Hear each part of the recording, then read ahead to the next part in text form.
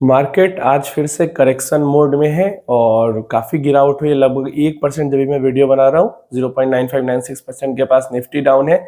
And small cap mid cap काफ़ी down है, 2% mid cap, 2.5% small cap, micro cap भी 2% के आसपास, 2% डाउन है। तो काफ़ी गिरावट हो रही है और ये जो गिरावट हो रही है वो अच्छी चीज़ है, आपको इसको अच्छा देखना है।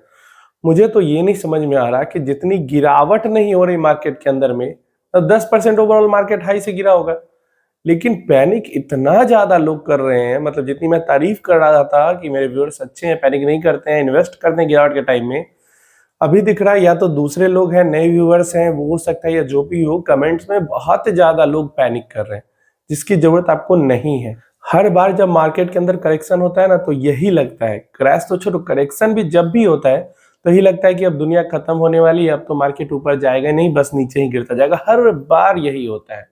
हर 2 साल पे करेक्शन होती है, 4 साल पे मेजर गिरावट होती है, 8-10 साल में एक बार तो क्रैश बड़ा हो ही जाता है। लेकिन छोटी गिरावट हो या बड़ी गिरावट हो, ये चीज हमेशा सेम रहती है कि हमेशा लगता है कि अब तो मार्केट गया, अब मार्केट ऊपर नहीं जाने वाला है। ये मैं जब 2022 में हुआ था तो भी मैंने देखा सेम सिनेरियो, यही लोगों को लग रहा था कि अब तो मार्केट गया। 2020 में भी यही लोगों को लग रहा था कि अब तो मार्केट गया। मुझे उम्मीद है 2008 के टाइम पे मैं तो नहीं था मार्केट के अंदर, लेकिन 2008 में भी लोगों को यही लग रहा होगा जब क्रैश हुआ था मार्केट कि अब तो गया, अब मार्केट ऊपर कभी नहीं आने वाला है। 2000 के टाइम में भी यही लोगों को लगा होगा कि अब तो मार्केट गया, अब मार्केट ऊपर नहीं आने वाला है, जैसा कि मुझे लगता है। जो लोगों का जो बिहेवियर है मुझे देख के लगता है। तो आप लोग पैनिक नहीं करके अपना भला कर सकते हो। आप लोग पैनिक करके आप क्या करोगे? आपके एक इंसान के पैनिक करने से मार्केट अपना बिहेवियर तो बदलेगी नहीं। आप अपना नुकसान जरूर कर लोगे गलत टाइम पे एग्जिट करके, या मार्केट के अंदर में पैसा इन्वेस्ट ना करके। मार्केट तो हमेशा ऐसे ही चलती है। आपको पिछले 10 सालों में जो रिटर्न दिखता है 20-22-25% का, वो इसी तरीके की कई करेक्शन एंड क्रैशेस के बावजूद में दिखता है। 10-20-30 सालों में जो भी आपको रिटर्न दिखता है, अगर कहा जाता है कि निफ्टी का लॉन्ग टर्म रिटर्न 12% है, तो 12% ये सारे तरीके के क्रैश एंड करेक्शन झेलने के बाद है। पास्ट में हुआ है, अभी हो रहा है, आगे भी होगा। मार्केट का यही बिहेवियर है।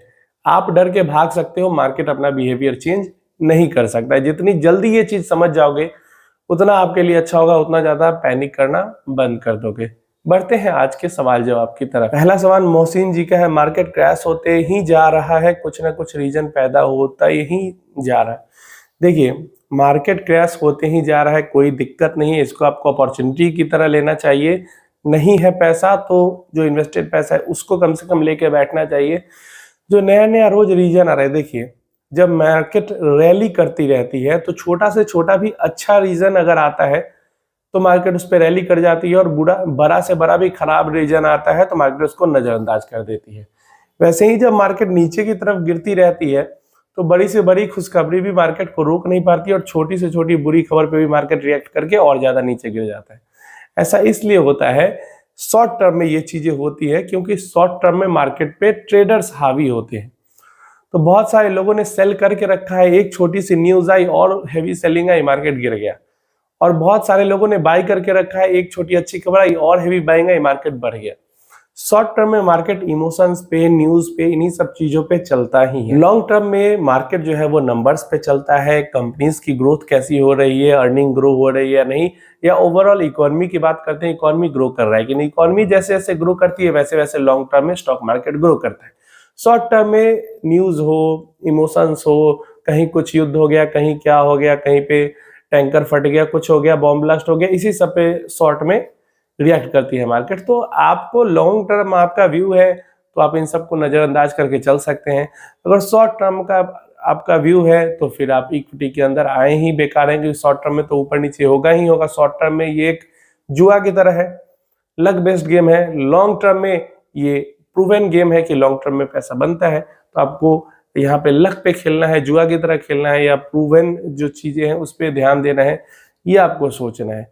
गिरने से डरना नहीं है। जब ये फिर से पॉजिटिव मोड में आएगी तो ये छोटे मोटे रीजंस कुछ नहीं कर पाएंगे। रोशन कुमार जी का सवाल है, मेरी 1 लाख की SIP 3 महीने से स्टार्ट थी, लेकिन मार्केट के 8-10% गिरने की वजह से मैंने सारी SIP क्लोज कर दी, लमसम कर दिया 8-9 लाख को इन डिवाइड करके, जब भी फॉल होता था, अगर और गिरती है तो और लमसम करूंगा, नहीं तो 2-3 मंथ में जैसा मार्केट सेटल होगी फिर से एसआईपी स्टार्ट करूंगा, because lump sum gives more returns in future.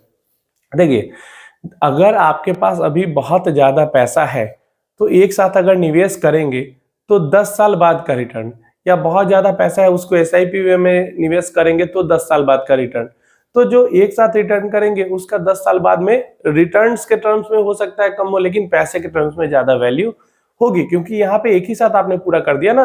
मान लो 10 लाख एक बार कर दिया इन्वेस्ट और 10,000 महीने इन्वेस्ट करो, 10 लाख एक साथ किया, उस पर ज्यादा पैसा बनेगा। तो इसलिए ठीक है, आप लमसम कर रहे हो, इससे दिक्कत नहीं है। दिक्कत इससे है कि आपने एसआईपी क्यों बंद कर दी। एसआईपी आपने जब स्टार्ट किया, चाहे आपका वेल्थ क्रिएशन गोल हो, जो भी गोल हो, गोल अचीव करने तक किसी भी रीजन से एसआईपी बंद नहीं करनी है। मार्केट गिर रही है, लमसम के लिए पैसा है, अपॉर्चुनिटी भी बन रही है, तो लमसम इन्वेस्ट करें, लेकिन एसआईपी क्यों बंद करना, इसका तो कोई रीजन नहीं है। मार्केट सेटल होने का इंतजार करेंगे एसआईपी के लिए, ये क्या बात हुई। जितना नीचे गिरेगा उतना और लोअर लेवल पे परचेसिंग होगी, और बढ़िया है, ऊपर जाएगा और तगड़ा रिटर्न बनेगा। तो लमसम करना या ना करना ये तो टोटली आप पे डिपेंड करता है। पैसे होंगे तो आप लमसम कर पाओगे, मार्केट गिरावट में नहीं होंगे तो नहीं कर पाओगे। लेकिन जो एसआईपी चल रही है वो तो परमानेंट है, उसको बंद करना ना करना ये भी आपके हाथ में, लेकिन पैसे होने के बावजूद आप बंद कर दे रहे हो, तो ये एक बड़ी गलती है। एसआईपी बिल्कुल बंद नहीं करना है। लमसम हो पैसा तो डालना है, नहीं हो तो नहीं डालना है, कोई दिक्कत नहीं, लेकिन एसआईपी बंद नहीं करनी है। ये एक बहुत पावरफुल चीज है, टूल है, जिसके साथ खिलवाड़ नहीं करना है, तभी लॉन्ग टर्म में वेल्थ जनरेट हो पाएगा या गोल कंप्लीट हो पाएगा। अजय दत्ता जी का सवाल है, ही एट इट, सवाल नहीं, एक तरीके से क्वेश्चन, हाँ है, सवाल भी कह सकते हो या म्यूचुअल फंड पे इल्जाम भी कह सकते हो। There will be no benefit by doing mutual fund if you think clearly and calmly. Mutual funds eat up the profits completely. Mutual fund itself, why not give dividend, split, bonus? देखिए, समझिए इस चीज को। इन्हें कहना है कि dividend में या स्प्लिट होता है स्टॉक या बोनस मिलता है स्टॉक का, तो म्यूचुअल फंड खा जाती है, वो इन्वेस्टर को पास ऑन नहीं करती वो बेनिफिट। ये ऐसी सोच इनकी क्यों है पता है? एक तो इनके अंदर किसी ने निगेटिविटी भर दी है म्यूचुअल फंड को लेकर, और दूसरा इनको जो बेसिक नॉलेज होती है म्यूचुअल फंड की वो नहीं है। यही चीज, इसीलिए तो मैं छोटी से छोटी अपडेट, छोटी से छोटी नॉलेज भी आपके सामने पेश करता हूँ। नॉलेज नहीं होने से आप गलत डिसीजन लोगे ही लोगे। देखिए, आपने 100 रुपए का स्टॉक खरीदा, ठीक है, 100 रुपए के स्टॉक पे अगर आपको 2 रुपए का डिविडेंड मिलता है ना, तो जिस दिन डिविडेंड वो मिलेगा 2 रुपए स्टॉक का प्राइस कम हो जाएगा, आपका स्टॉक का प्राइस 98 हो जाएगा और 2 रुपए का आपको डिविडेंड मिल जाएगा। क्लियर है? तो एक्चुअल में कुछ बेनिफिट हुआ आपको? नहीं हुआ। एक्चुअल में प्राइस वही है, 100 रुपए ही है, उसी में से 2 रुपए आपको काट के दे दिए गए, 98 रुपए स्टॉक का प्राइस हो गया। पहली चीज ये है। तो अगर म्यूचुअल फंड को डिविडेंड मिला म्यूचुअल फंड की होल्डिंग पे, तो वो कहां से मिला? स्टॉक की प्राइस में से ही कट के कंपनी डिविडेंड देती है। तो वो डिविडेंड आके एयूएम में ऐड हो गया, तो एनएवी पे कोई फर्क पड़ेगा या एयूएम पे कोई फर्क पड़ेगा? इधर से काट के उधर दे रही है कंपनी। और यही जो डिविडेंड आपको बताया जाता है, जो डायरेक्ट स्टॉक्स में डिविडेंड मिलता है, वो सब ऐसे ही डिविडेंड मिलता है। स्टॉक की प्राइस में से 10, 5, 2 जितने रुपए का डिविडेंड है उतना काट के आपको डिविडेंड दे दिया जाता है। समझ में आया? जो स्प्लिट होता है स्टॉक के अंदर में, स्प्लिट का मतलब क्या हुआ? अगर एक को 2 भाग में बांट देना, तो ये स्प्लिट हो गया। स्टॉक को एक का 1 भाग में बांटा जाता है, एक को 3 भाग में बांटा जाता है, 5 भाग, 10 भाग, 50 भाग, 100 भाग, कितने भी भागों में एक स्टॉक को बांट दिया जाता है। तो मान लो आपके पास 10 रुपए का स्टॉक है, ठीक है, और उसको 10 भाग में स्प्लिट कर दिया गया। क्लियर है? तो ऐसा नहीं है कि आपकी होल्डिंग में, देखो होल्डिंग में आपको 10, एक स्टॉक का 10 स्टॉक दिखने लगेगा, लेकिन ऐसा नहीं है कि 10 रुपए का स्टॉक है, उसको एक का 10 भाग में बांट दिया तो अब आपकी टोटल होल्डिंग 100 रुपए की हो गई। नहीं, जिस दिन वो 10 भाग में बटेगा उसी दिन उसकी जो प्राइस है वो 10 रुपए से घट के 1 रुपए हो जाएगी। तो एक्चुअल में कुछ बेनिफिट हुआ? नहीं।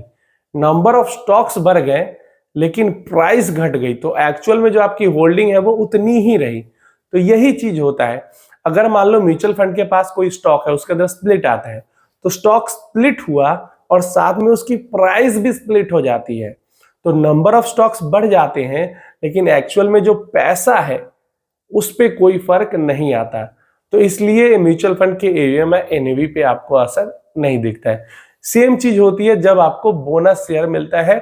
अगर एक शेयर पे आपको 9 शेयर बोनस मिले, मान लो एक शेयर पे एक शेयर ही बोनस मिला सिंपल कैलकुलेशन के लिए, तो अब आपके पास नंबर ऑफ शेयर तो 2 हो जाएंगे, लेकिन अगर 10 रुपए उस स्टॉक की पहले प्राइस थी तो वो घट के 5 रुपए हो जाएगी। क्लियर है? तो नंबर्स का गेम है, एक्चुअली में बेनिफिट कुछ नहीं मिलता है।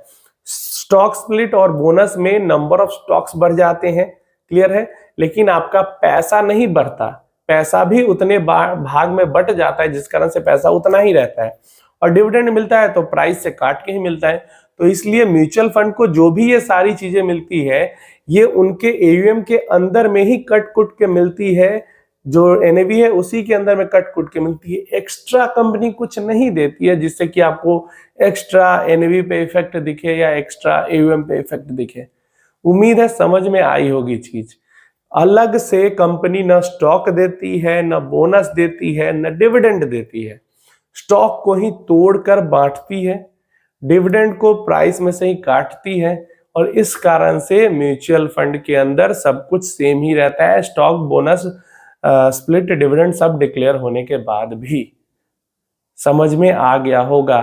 थोड़ा समझदारी दिखाएं तो आपको ये सब चीजें समझ में आएंगी। सीधा सीधा कह देना कि बोनस, डिविडेंड, स्प्लिट सबको खा जाती है म्यूचुअल फंड, ऐसा नहीं होता है।